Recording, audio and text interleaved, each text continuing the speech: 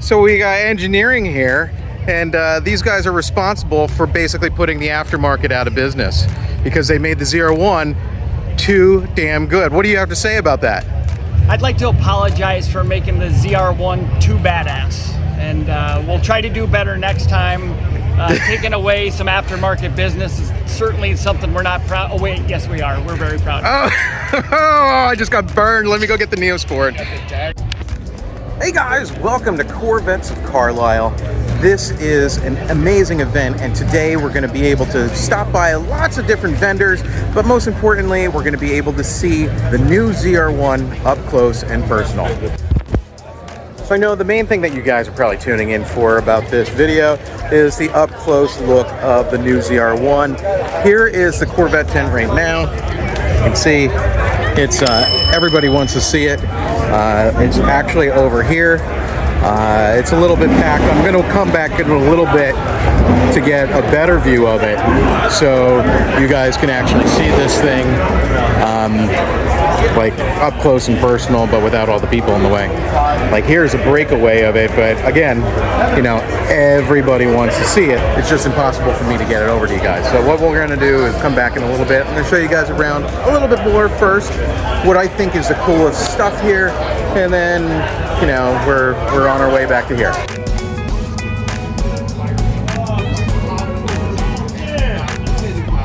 They had to change the act back when. Oh yeah.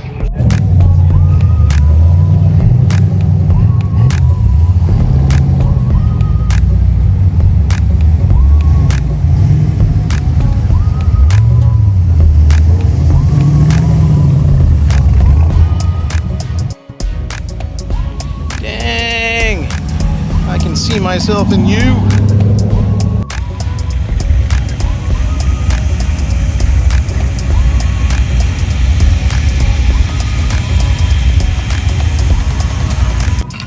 We got Boost District over here. Roshan looks like he's kind of working.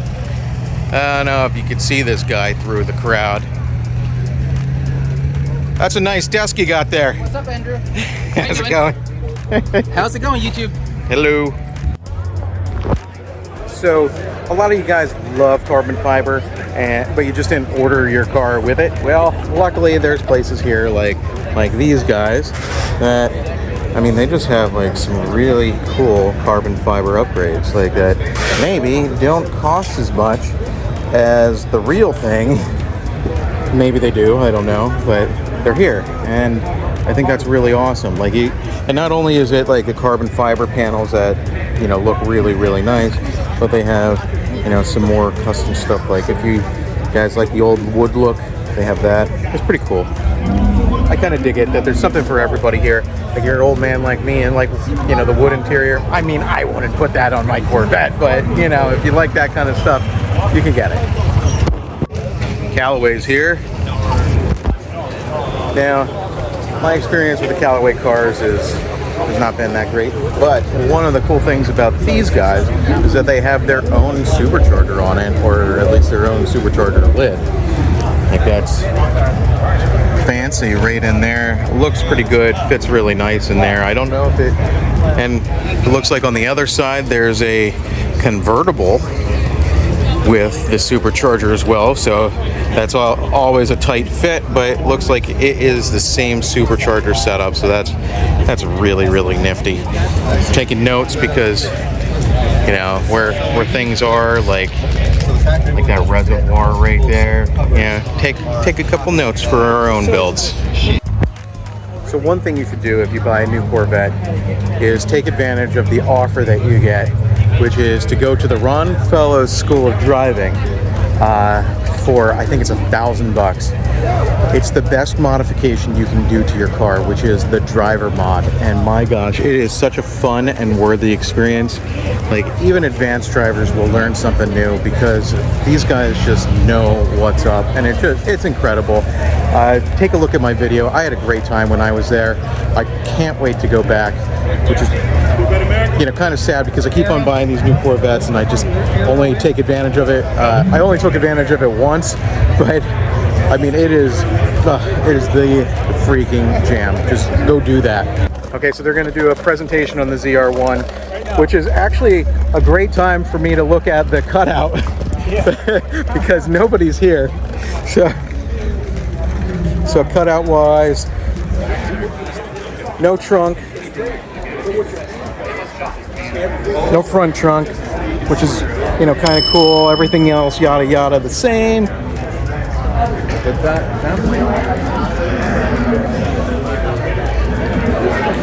And then check that out. The exhaust is a little bit different.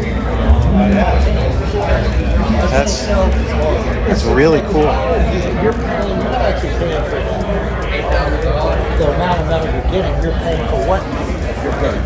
I'll tell you, give you an example.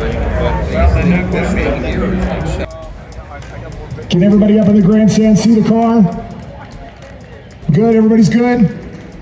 What we have here, this is actually technology transfer from our GT3R race car, in that we're benefiting from the learnings of the race car and we're applying it to our street car. That's great stuff. The thing that you'll be able to modify is we're going to have two different wickers on this hood opening. You'll get a taller one or you can have a flush one. It's really up to you. Appearance is key, but also you'll still have the performance benefit there as well. Also part of our technology transfer is the backlight. You'll notice that we've introduced a new spine down the center. And here again, this is a learning from our GT3R race car. We actually needed to put this on the race car. It's been on the race series for like the last year. We just haven't highlighted it. We didn't want to talk about it. But it's very key to getting hot air out of the back of the race car.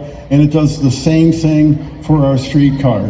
And you'll have the ability to order that center spine in either a body color or an exposed carbon fiber. And you can see there's still a lot of exposed carbon fiber bits. New is the side inlet. This is important. This is real. This drops a lot of air onto our rear brake calipers and rotors. We still have the side inlet. I know I get questions about where does that air go. There's enough stuff back there that we still need to put air back in there, whether it's going in the bottom or it's going in the top. It's still a key area that we need to build on. For you in the back, you'll have choices.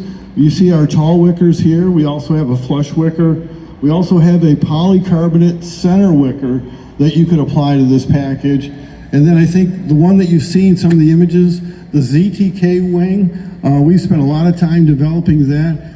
That has by far been our best wing up to date as far as downforce and track performance in that. And I think Tony will attest to that, we've got like the 5 fastest guys at GM that are developing these key features. So I'm going to turn it over to Harlan. Yeah, thanks, Kirk. So like Kirk said, this ZR1 we're looking at now actually represents our base aero package, or we like to call this is the top speed, low drag configuration that will give us the top speed. Right now we've said this will be, of course, will be the fastest Corvette ever, at least 215, but we're going to do some testing and see if we can beat that by a decent margin as well. So we do have the ZTK performance option, and that's represented by the car we have in our tent as the cutaway, and like Kirk said, has the higher wing, the dive planes, the underbody strakes as well, and the cup tires come with that also, that package. So that's your ultimate track version of the ZR1. Some of the other details on here, the ZR1's going to come with, like Kirk said, all the exposed carbon fiber that he called out, including the new ducts on the hatch and the split window, and as well the roof. And then in the coupe we have a swept roof bow. We don't have a convertible here, but it is available in the full retractable hardtop convertible, and that'll have for the first time, a carbon fiber roof panel as well, even on the convertible. Now you look at this car, you know, it has the black and the edge blue, which match the wheels and the stripes and the engine cover, so that's an option you can get. Actually, these are all new aluminum wheels specific to the ZR1, and they're available in 4 finishes. We also have, and again we have this on our chassis back there, you can look at an all-new carbon fiber wheel package as well, which has a little more design elements, lightweight, new carbon fiber visible carbon design as well. This car also has blue stitching. Blue stitching will be an option on all Corvettes for 2025, but the ZR1 has a unique stitch pattern on the doors.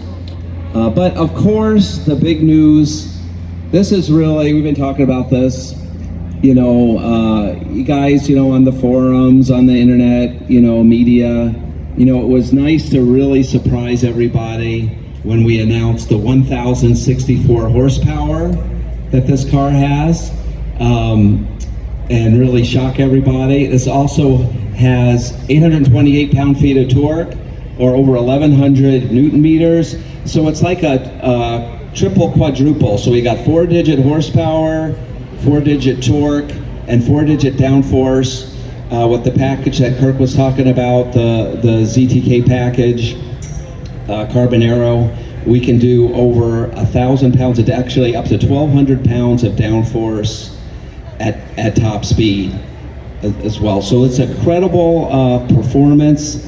You know what? I'm going to let Josh fill you in on some more of the engineering background that went into this beautiful car. All right, thanks, Harlan. For those that are wondering, what took so long to put turbos on a Corvette, the 8th generation Corvette was really the enabler for us to do that. We planned from the very beginning for the ZR1 to be a part of the 8th generation Corvette and designed the body structure in such a way that with a mid-engine configuration, we could fit the giant turbos mounted off the side of each LT7 to help generate 1,064 horsepower. Another thing that the LT7 has amazing capabilities to do is torque. It generates about 800 foot-pounds of torque from 3,000 RPM all the way to 7,000 RPM. So when you hear us talk about the power, what it's like to drive, it's really difficult to describe. It's unrelenting is one word that often we keep coming back to. It's just never-ending power. It gets to 200 miles an hour easily. And this car, as Harlan was talking about, will be the fastest Corvette we've ever done by a wide, wide margin. Of course, all that power requires a lot of cooling. In fact, the ZR1 has 15 heat exchangers, different heat exchangers in the car. And if you come to the tent, you can see our rolling chassis cutaway that shows all those awesome details, how we manage thermal energy, how we keep the compressed air from those big turbos cool, which generates more power. Kirk talked about how the air flows through the hood. The very first thing that air hits is a giant intercooler heat exchanger. And it gets exhausted out the hood, so it's got a lot of high flow, really cool air right in front of the car. And we use that to exchange the thermal energy with the intercooler bricks mounted right on the engine itself. So not only do we boost air temperature, or boost air, compress it, we have to cool it so we can keep that dense charge and make all that awesome horsepower. 1,064 might sound like kind of a weird number. How'd you guys come up with that? Why isn't it 1,050 or 1,000? That's a testament of what we charge the engine team to do. And that was do as much as you possibly can. Just turn it all the way up and let's see what we get. And we're getting all that power on 93 octane pump gas. No special computer chip or unlock key. You don't have to make any visit to the dealer. There's no gimmicks. Full factory warranty. In fact, we stand behind and put the ZR1 through every durability test we do on every Corvette, even with the extreme performance that it makes, the power that it generates. We had to upgrade our dyno facilities to test the engine. We knew it was going to make a lot of power, and even after that upgrade, we managed to break the dyno with the LT7 engine. That was pretty cool. It generates so much exhaust heat. The turbine wheel, for example, is made out of a material, a really high nickel alloy stainless steel called MAR. And it sees temperatures that are about 2/3 the temperature of a space shuttle tile on re-entry. So you can imagine that exhaust flow, that gas, coming out of the dyno cell. We had to monitor the temperature of the exhaust stacks on the dyno cell so that we don't melt the stack while we're testing the LT7 engine. It's just incredible. And the car and the chassis goes with all that power. The mid-engine brings us that ability to plant that power and torque to the ground like never before. And the ZR1 is no exception. The first-timer drivers We're in the throes of early development on the Nürburgring. This is last year. We had the cars heavily camoed. We had our early calibrations in the car. And right out of the gate, our 4 development drivers exceeded 200 miles an hour. It's going to be a relentless acceleration, like I keep saying. The quarter-mile time will be under 9.7 seconds at about 150 miles an hour. It gives you an idea how quickly it accelerates, how quickly it can get to amazing speeds. And to slow the car down. So we have all this performance, all this heat rejection. We also have to stop. It is a performance car. We've got the biggest brakes that we've ever done on a Corvette. You might notice that the rotors look a little different than our typical carbon ceramic rotors. And while they are carbon ceramic, they have a longer strand carbon fiber, more continuous strand that is better at rejecting heat. And that's exactly what a brake needs to do. Reject thermal energy that's put into it by stopping a car with this much power. Besides the ZR1 that's new for 25, we also have some other things that are new for 25, and I'm gonna let Harlan go through some of those. Yeah, thanks, Josh. I just want to say, you know, I was just thinking as Josh was talking how proud we all are of this car, you know, that it's a world beater. You know, as Americans, we always go up against the world, go up against Europe, and we always shock them. And this car, designed, engineered, and built in America, we can take on anybody in the world. America! Thank you. You know, power to weight, better than a Bugatti Veyron. It's just amazing. So, first thing, I was surprised a few people hadn't been over to our 2025 official Chevrolet engineering tent and didn't know where it was. So if you haven't, I don't know, but make sure it's a couple rows back to the right. Make sure you see us. We have a lot of the new stuff for 25. We have, like I said before, we have the cutaway chassis for this car, which also shows the ZTK performance package and the carbon fiber wheels. And then we have some new colors for 25 you can see. We have the Hysteria purple, and we have a new competition yellow. And we also have, not on display, we have this, we're bringing back the Sebring orange that we had previously, which was our previous ZR1 signature color. So we wanted to get that back. And we even created a habanero orange interior that goes with it as well. And not to forget the other model, so Z06, all new wheels for the Z06. The Stingray, if you get the Z51, we have a new spoiler package on that. And on the E-Ray, everybody knows this, right? Where do you plug in the E-Ray? Nowhere. Great, good answer. You don't have to plug in the E-Ray. It's got the V8 engine and the front electric motor for 655 horsepower, 0 to 60 in 2.5 seconds. So I'd also like to say, I'd like to thank all of you. Corvette, right now we have close to 50% of the luxury sports car segment. Again, we compete with all cars from overseas. So thank you. That's Corvette versus everybody else put together. Also, the Corvette convertible is the #1 selling convertible in America of any convertible in any market segment. So that's pretty cool. We all love the retractable hardtop convertible Corvettes. And we continue to win awards. Consumer Reports, the Corvette was the most satisfying car available. The highest percentage of people would buy it again. And obviously, who wouldn't buy it again? Just over and over, like you guys do. And we've also won some other ones. Of course, the Z06 won Rotor Track and Motor Trend Performance Car of the Year. E-Ray just won the Motor Week Performance Car of the Year from the Motor Week TV show that's on public TV also. And Motor Trend celebrated their 75th anniversary, so they invited all the readers to vote for what is the most iconic car over the last 75 years, although we've been there over 70 of those 75. And of course, Corvette was the winner of the most iconic car from any car over the last 75 years. And look at how can you argue when you have the crowds here like this?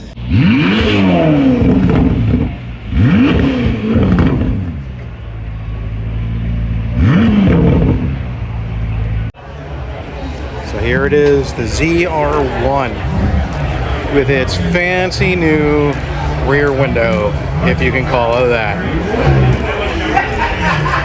This was just running. I can feel the heat coming out of the center there. Normally you get it just from the sides, but you know, they needed more heat extraction, as you just heard in the presentation of, you know, why they did some of these things. It actually looks pretty good. You can get it in carbon fiber, so that's really cool looking.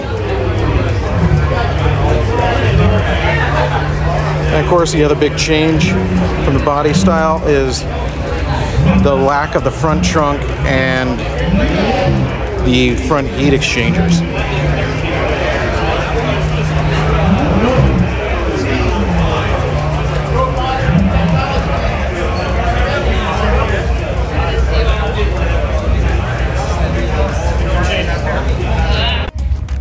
So here's a cool thing. There's a Stingray over here that's the same thing that I ordered as the E-Ray.